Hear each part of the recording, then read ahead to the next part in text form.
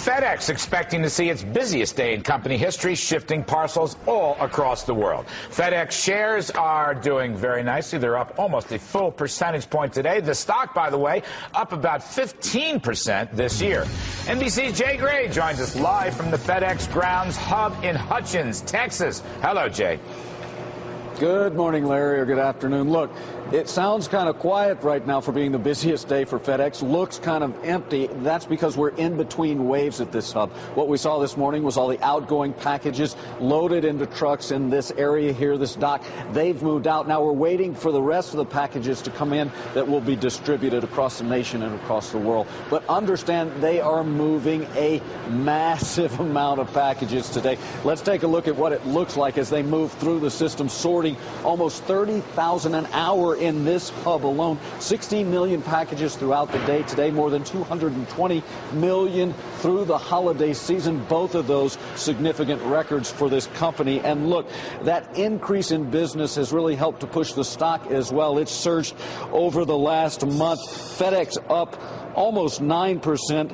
And when you look at UPS, they're up about 7% as well. And of course, Trish, as you know, FedEx to release their second quarter numbers on Thursday. Right now, though, they're focused on all those packages. Again, 16 million in one day, almost double what they traditionally do. It's going to be a very long and very busy day at hubs like this one. Well, maybe you'll be able to help them out down there, Jay, given it's going to be so busy. All right, thanks so much. So, Rich, we're asking, is the better investment here between FedEx and UPS? Both stocks, they're up so far year to date. FedEx almost 14%. Ooh. UPS around 27%. Joining us right now with some ideas, Kevin Sterling, transportation analyst at BB&T, and on the phone, Donald Broughton, analyst at Avondale Partners. Great to see both you guys. You know, Kevin, I'll begin with you. What's your pick and why? Well, I actually think they're both attractive investments. You know, every day they both move more than 10% of U.S. GDP, which is pretty phenomenal. Also, I was looking at some air freight data that recently came out, and they both have tremendous international and domestic exposure. For instance, Frankfurt, Europe's largest air cargo hub, saw a record month of November. For the month of November, and we saw the same type of trend in Hong Kong. So they both have tremendous international exposure and also domestic exposure. Look at some of your domestic trucking trends in the month of November and early December. On a per-day basis, we're average with what we saw in October, and that's very rare. So I think they're both attractive investments. Donald Broughton, let me just ask you, is it fair to characterize FedEx as the big air game and UPS as the ground game? I mean, normally one would say air game beats ground game. Is that fair? Is that true? It was true, Larry, but it's not true anymore. FedEx right now has been stealing market share on the ground domestically from UPS, has been doing so for 10-plus years. I can go back to the UPS public offering in '99 and say, well, FedEx was less than 1/8 the size of UPS on the ground. Now they're almost 1/2 the size of UPS. So what you're saying used to be true, but it's not anymore. And respectfully, I disagree. I think FedEx is a much better investment. 27% of their revenue comes from international. Only 17% of UPS's does. So you got a much better broad reach globally to take advantage of global commerce as it reignites. I want to explore this a little bit more. I mean, you've got a buy on FedEx, Donald, however, a hold on UPS. So you're really positive on FedEx, but it looks like the rest of the street doesn't necessarily agree with you as wholeheartedly, given the upside we've seen in UPS in the last year versus FedEx. Well, quite frankly, I'm not really concerned about whether the rest of the street agrees with me or not, as long as we end up being right about the stocks.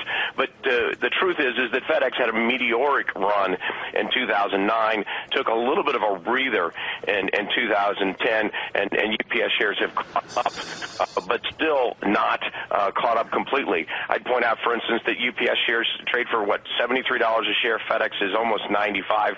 Both of these stocks were $50 a share in the beginning of 2009. Kevin, Donald has given you a drubbing, both air and ground. He's completely attacked your point of view. Do you want to respond to that? Do you want to defend your point of view?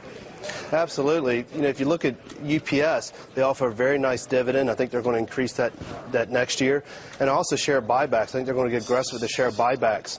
Also, UPS has the higher return characteristics. And lastly, UPS has the higher margins than FedEx despite being unionized. So I think what UPS is doing on a cost basis to really drive those margins is very impressive. Donald, is that in fact true? Do you agree that UPS has higher profit margins? I thought UPS was more unionized and FedEx less unionized. Oh, you're absolutely right. It is unionized, and FedEx is not, except for the pilots. And he's right in that UPS has higher margins. But let's go back and look at what's been going on. UPS is the margin between the two continues to narrow, continues to converge. So while UPS used to boast operating margins that were a full 1,000 basis points better than FedEx, that gap is now narrowed to only about 400 basis points. And we see a number of dynamic factors accounting for why that will continue to close. As the margins close, valuation disparities should close as well, and that means FedEx shares will outperform. Donald, Kevin, thank you so much. Appreciate it. You know, we might buy FedEx just based on that less union argument there. Yeah, I mean, that's an interesting point. Fred Smith has fought very hard to keep the unions out of their day-to-day operations.